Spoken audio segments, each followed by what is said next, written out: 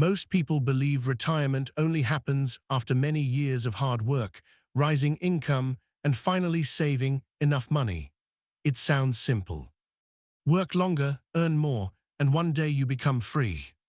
But that idea misses something important. There is a hidden rule in how money actually grows.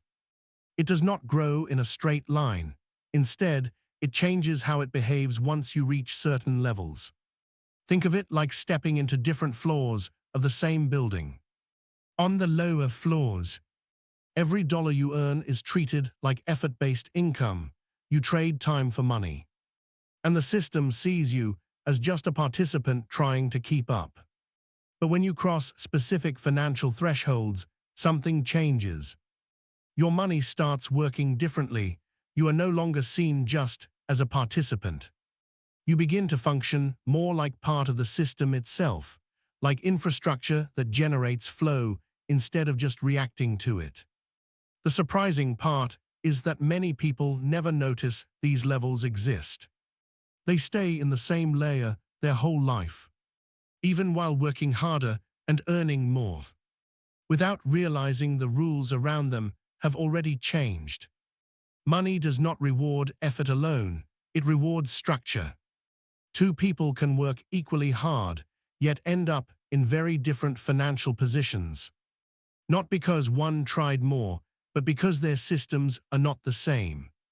At lower levels, money feels reactive. You earn it, spend it, and try to save what is left. Every decision needs your attention, like a machine that only runs when you press the button. At higher levels, the system changes. Money starts to move on its own plan.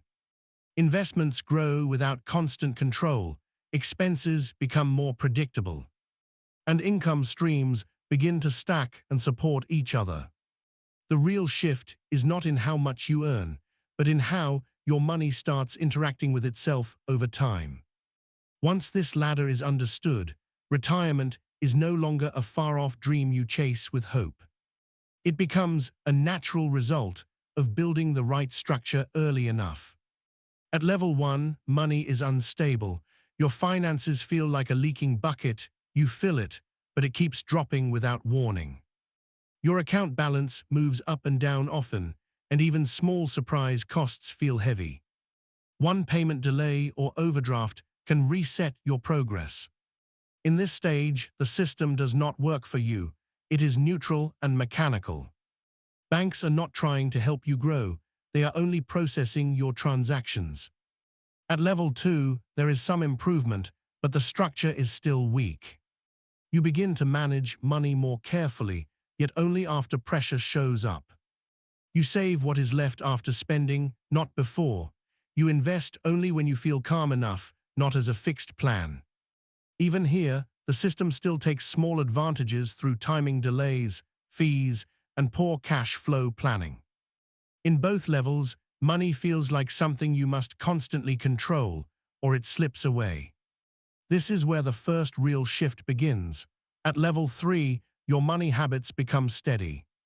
You start saving automatically without needing to think too hard.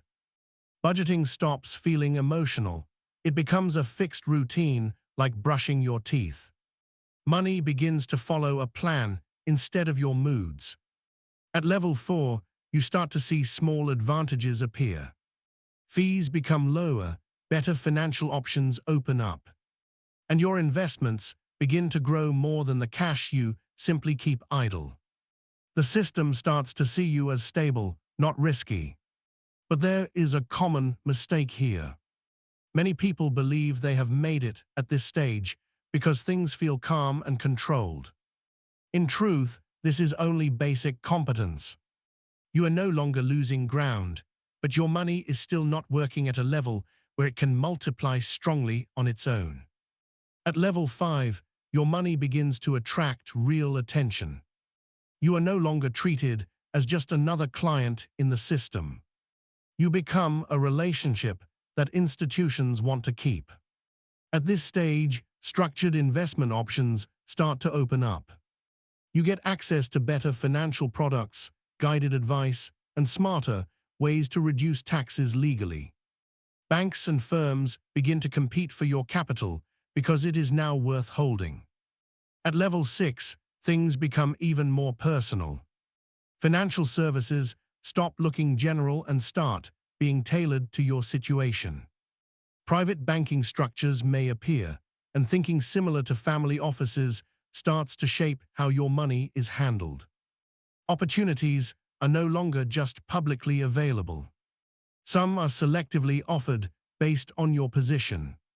At this point, money is no longer something you actively manage every day.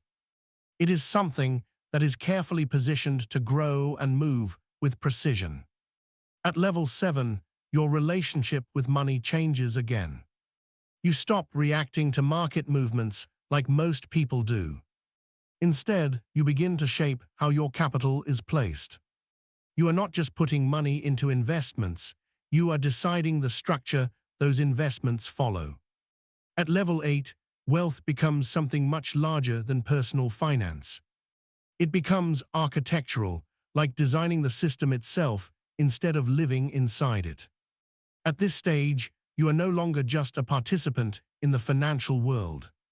You become part of how the flow of money is directed and organized. Capital moves through channels that respond to your position. Deals are no longer something you search for or apply to. They begin to form around your presence and your ability to deploy resources at scale.